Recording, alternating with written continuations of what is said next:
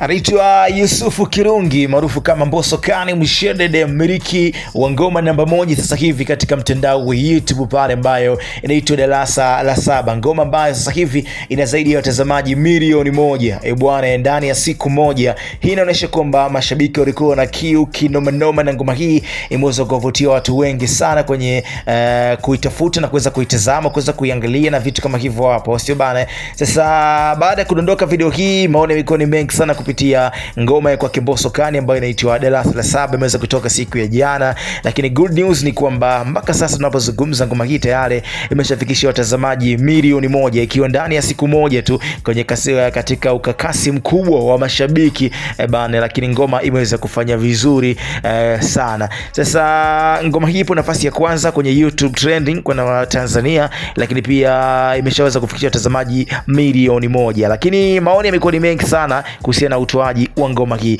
Namzungumzia Mwijaku kupitia peji yake ya Instagram jana, ametoa maoni yake kuhusiana na ngoma ya Mbosso. Akasema, mwambieni ukweli Mbosso asije kupotea uwezo wake na huu wimbo aliotoa. Hapana idea kubwa, ila mashairi gani za kawaida umeanza kutuzoea Mbosso. We need hit song, hatutaki ngonjela. Mimi shabiki yako, ila hapa Darasa la Saba hapana. Ni Mwijaku amefunguka hivyo kupitia peji yake ya Instagram kuhusiana na mtazamo wake kwenye ngoma ya kwake Mbosso Kani ambayo inaitwa Darasa la Saba. Imedondoka siku ya juzi na leo inakuwa ni siku moja tu since iweze kutoka, imeshafikisha watazamaji milioni 1.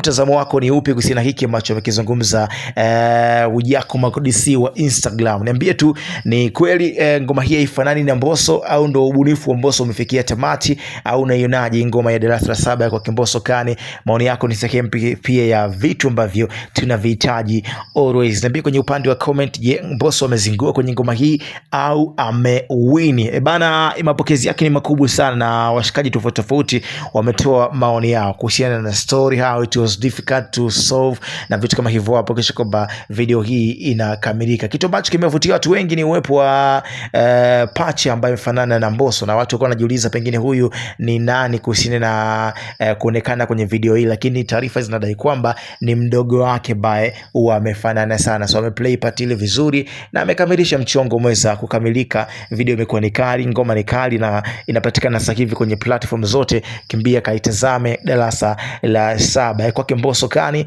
Bwana, mimi naitwa Chris JR Division 1 presenter. Make sure na subscribe ili kuwa kwanza kuweza kupata taarifa zetu kutoka Chris Media.